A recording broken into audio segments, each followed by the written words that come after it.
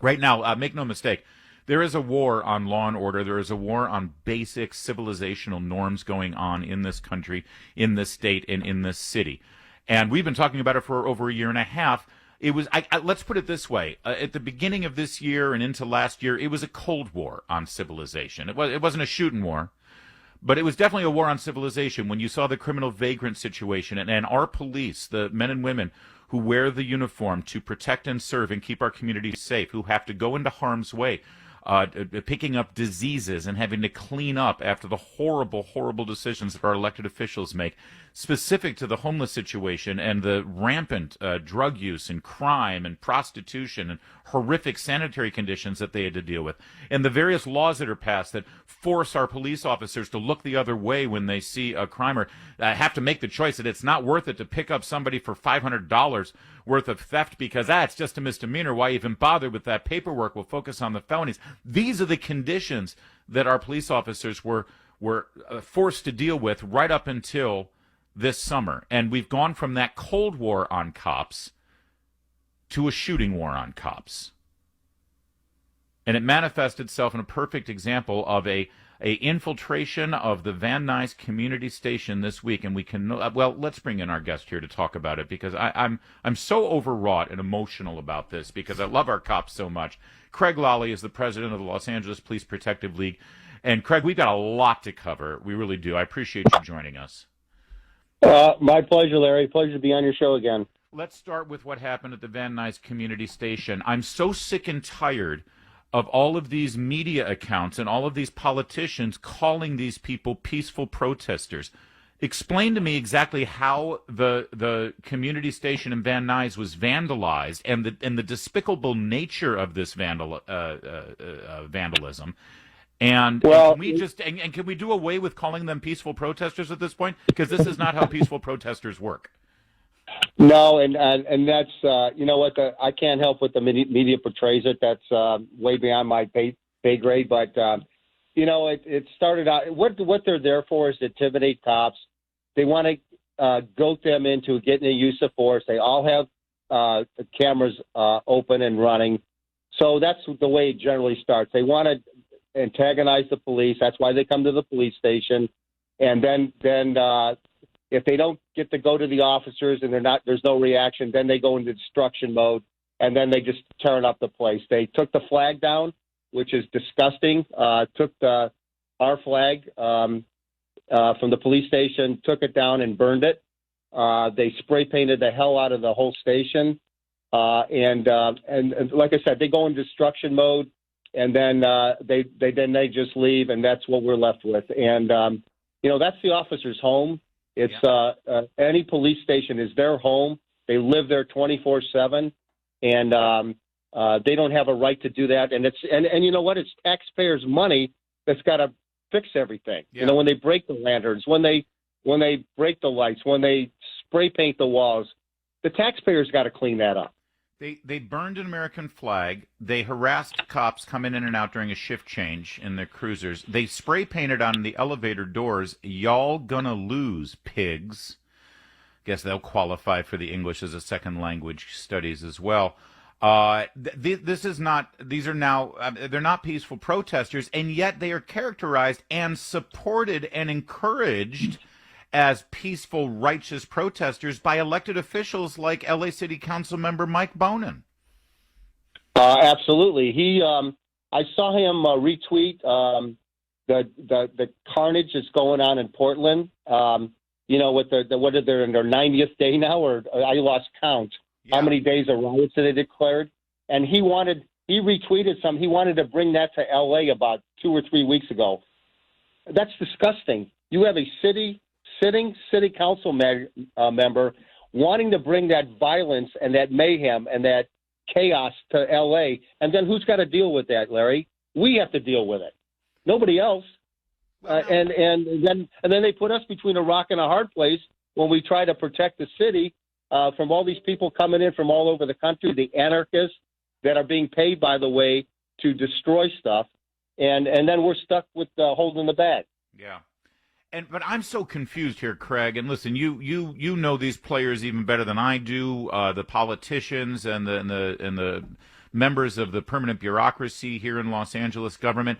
I could have sworn I saw Mike Bonin when he was running for city council. I saw him using cops as for photo ops, and I saw him saying that we need more cops and we're going to pay higher wages for cops. I mean, am I thinking of a different politician, Craig?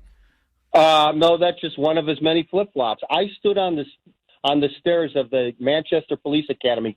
He called me about 3 days before he wanted to have a press conference. Oh, by the way, Larry, he was running. They were running a recall against him right before his re-election campaign. So he called me up. He goes, "Hey, I want to get more cops on the department. I understand we have to have more cops for the Olympics and the World Cup. I'm all in. I need more cops in my district because it's grown exponentially. We need more police officers." I did that press conference. He won his re-election campaign. Obviously, we endorsed him. And then this is what we got, about a year later. Or a couple years later. So, Mike Bonin is the worst of the worst of elected officials because he says one thing one day, and then depending on the group he's talking to, like Black Lives Matter, defund the police, now he introduced, I'm sure you know about the two motions he's introduced yesterday to target just police officers. Nobody else, just police officers for pay cuts, no other union. He just wanted our pay cuts. He wants to furlough police officers. Mind you, this is after they took $150 million out of our budget, and that took away 250 positions that will not be filled.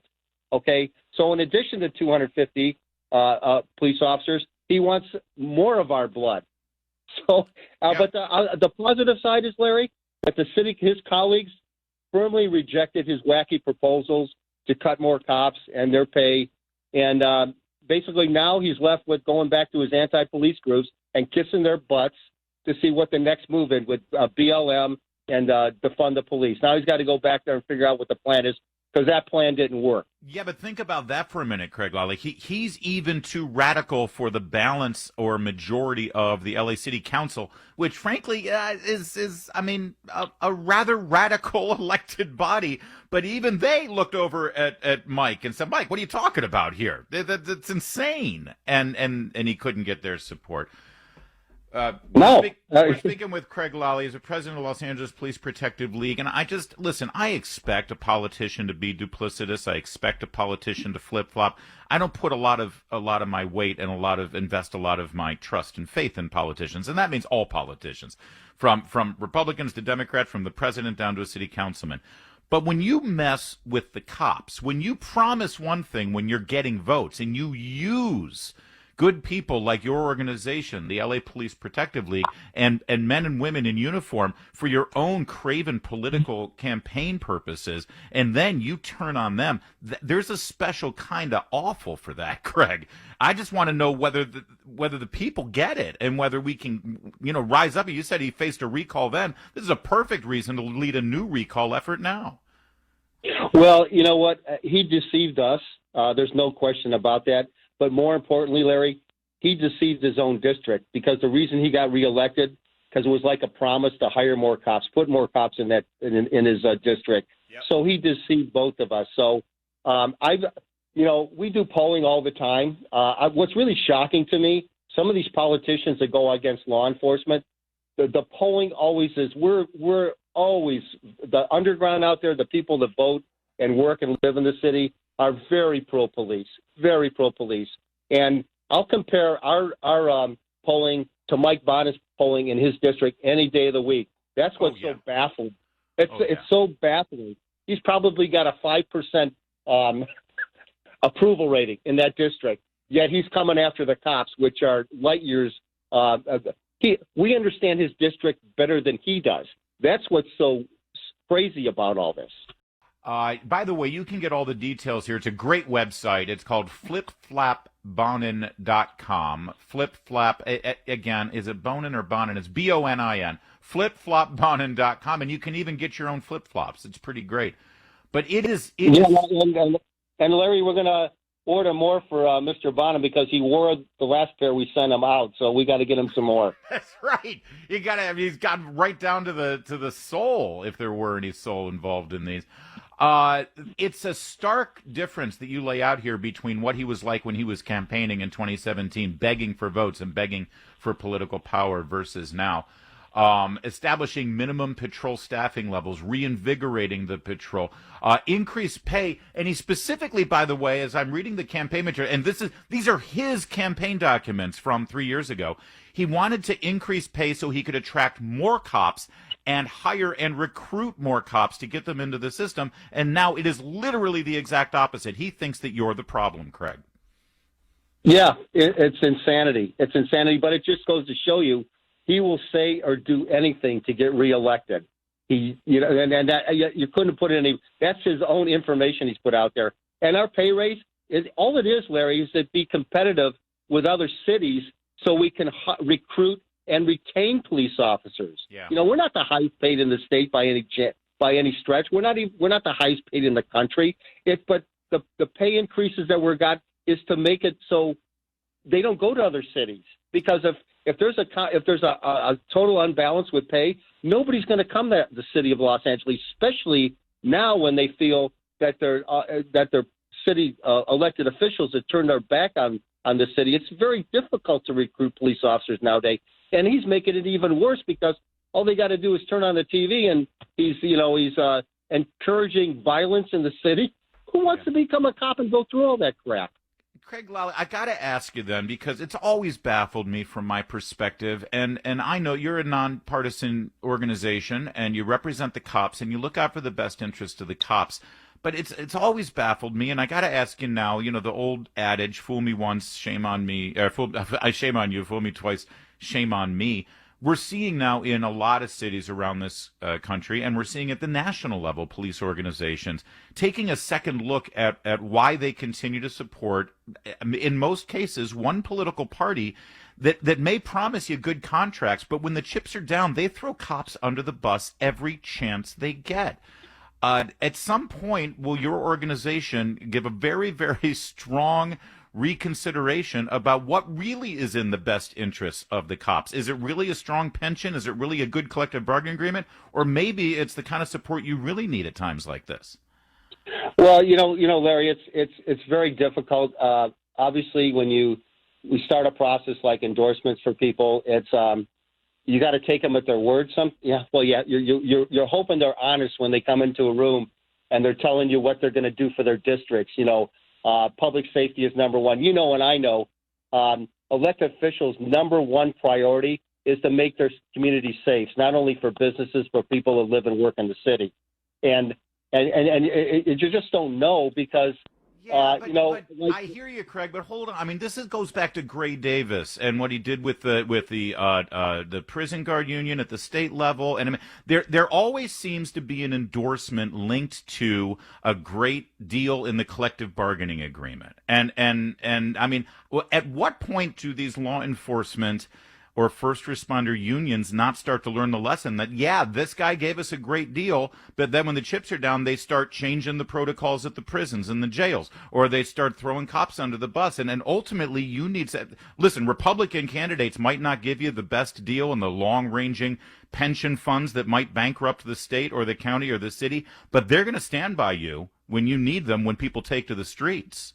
And I think that should be a big, big reason why you endorse a candidate.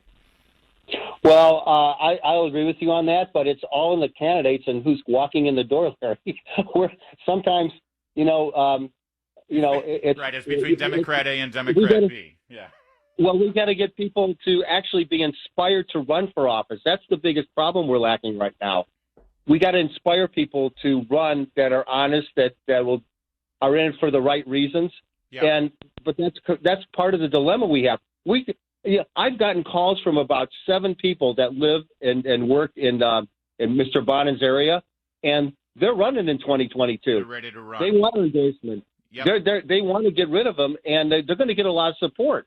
But, so I want a groundswell of people that not only will support a person to run again, like, say, a Mike Bonin.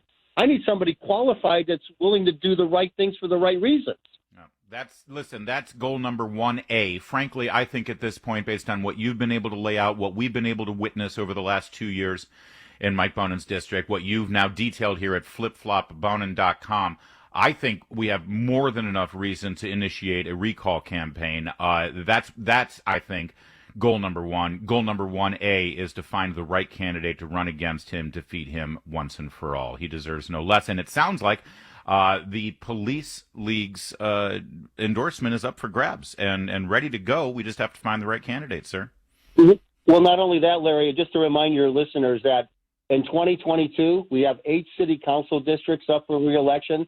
We're going to have a new mayor, and we're going to have a new city attorney because they're both termed out. So that's going to be probably the most important year since, I've been going on 40 years on this police department and 9 years at the league. That is going to be the most important election the city will ever have. I'm just telling you. If we're going to make a change in Los Angeles and change the direction we're going, and most people, I think, based on the polls, say we are going in the wrong direction, that's where we could make a difference in that election, and we will do our best. You'll be part of that conversation. Craig Lally, thanks for joining us, sir. Pleasure to be on your show again, Larry. Take care. Give our best, by the way, to your brothers and sisters in the police force, please. I know how hard it is for them right now.